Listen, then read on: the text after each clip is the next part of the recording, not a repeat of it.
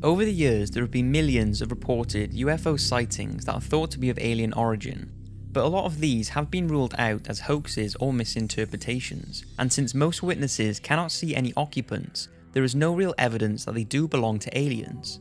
But then there are people who report that they have witnessed first-hand extraterrestrial beings, and that's when things get interesting. Now, most of you probably know of the case involving Dr. Hopkins, which I talked about in my 5 strongest signs of alien life video.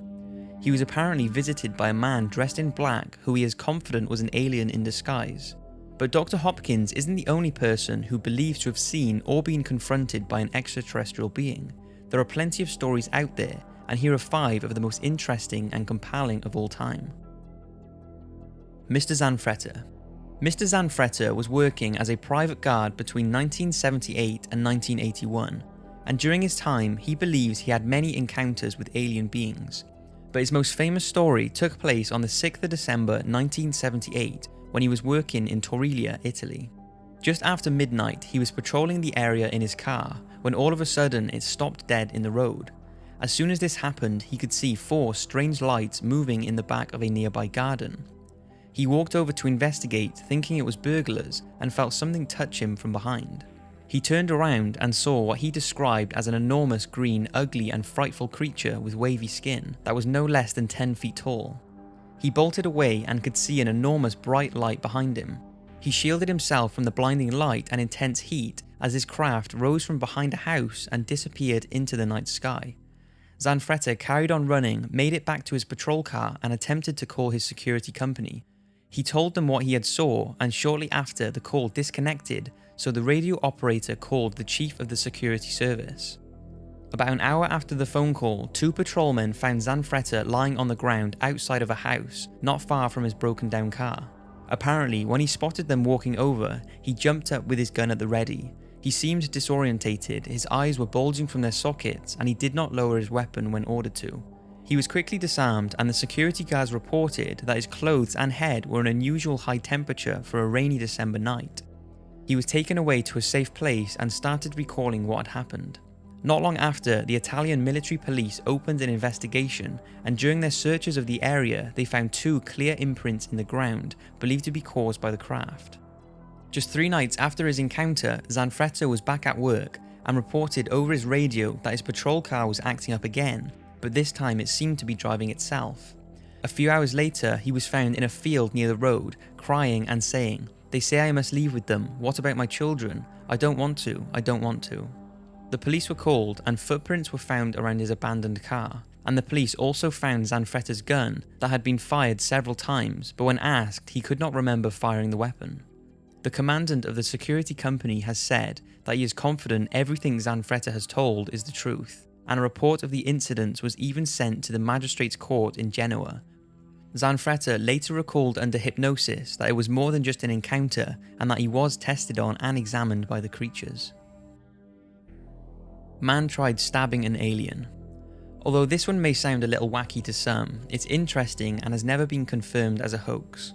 It's the story of Gustavo Gonzalez, a Cuban businessman, and his assistant Jose, who were driving along Buena Vista Street on the 29th of November 1954, just after midnight. They could see something illuminating the road up ahead. It was a metallic sphere that was about 2 to 4 meters in diameter and was hovering motionless half a meter above the road. It had 2 windows on the side, a domed top, and a small entrance opening.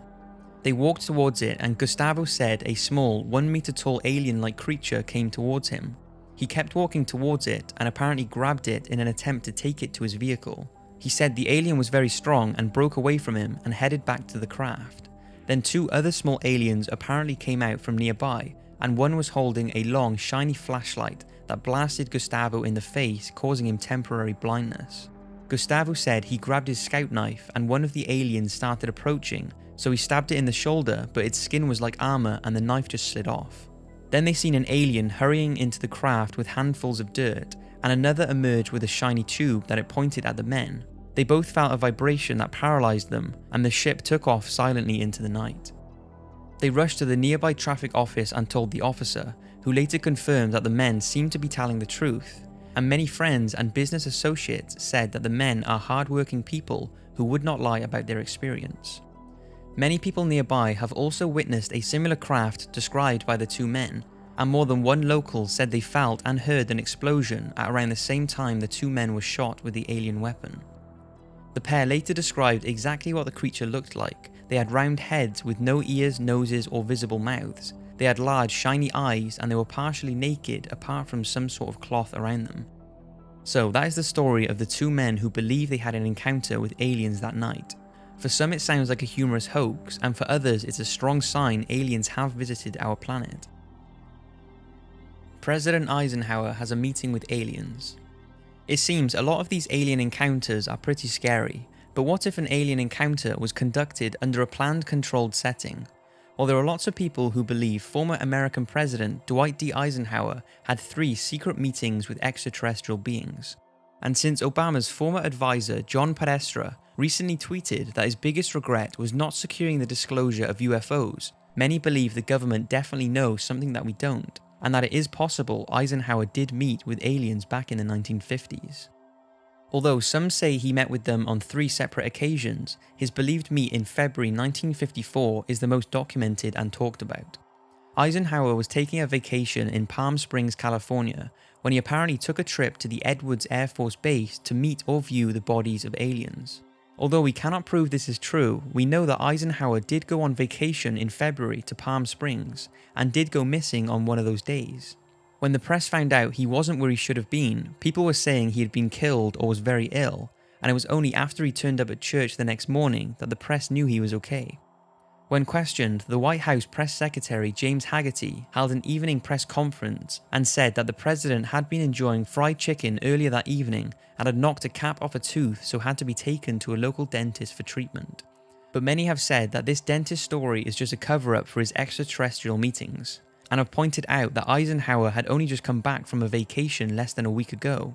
Apparently, in the list of records relating to the president's health, there is also no record of any dental work being carried out in February 1954. If you believe this story, what do you think he would have discussed with them? This next encounter happened to a police officer called Lonnie Zamora on April 24, 1964. He was chasing a teenager who was speeding along a road, but during the chase, Zamora heard a loud roar and could see a strange flame in the sky around half a mile away. His first instinct was that it was an explosion from the nearby dynamite shack, so he abandoned the car chase and headed towards it. When he finally approached where this flame and noise was coming from, he said he could see an unknown white object on the ground with 2 people standing around it. He said from the distance he was at, he couldn't make out what they looked like, but said they were relatively small people. Lonnie tried radioing the police HQ, but it was just static, so he decided to walk over to take a closer look. He says they must have spotted him as the people were now inside the craft, and a loud roaring noise shook the ground as it took off, vanishing across the countryside and out of view. He said it was a smooth oval shape with no visible doors or windows, and the most interesting part is that he said some sort of unknown red insignia was printed on it. Police arrived shortly after, and also the nearby US missile range became aware of it and sent Captain Richard Holder to investigate the scene. He and several military police officers cordoned off the site, took measurements and samples of the sand, and reported that there were strange marks in the ground.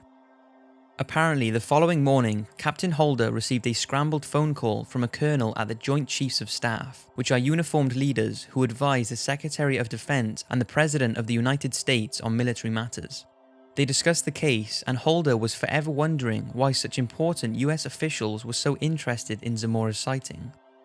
Not long after, Air Force officials brought in Dr. J. Allen Hynek, a respected astronomer, and he said that the physical evidence was convincing and that there was absolutely no evidence of a hoax. Lonnie Zamora died on November 2, 2009, leaving us with the mystery and the unexplained answers of his believed alien encounter. Although witnessed as a UFO, on further investigation, many believe that this next one shows the best piece of video evidence of an alien encounter. It started between 2007 and 2009, when a series of similar unidentified objects were seen over the sea in Turkey.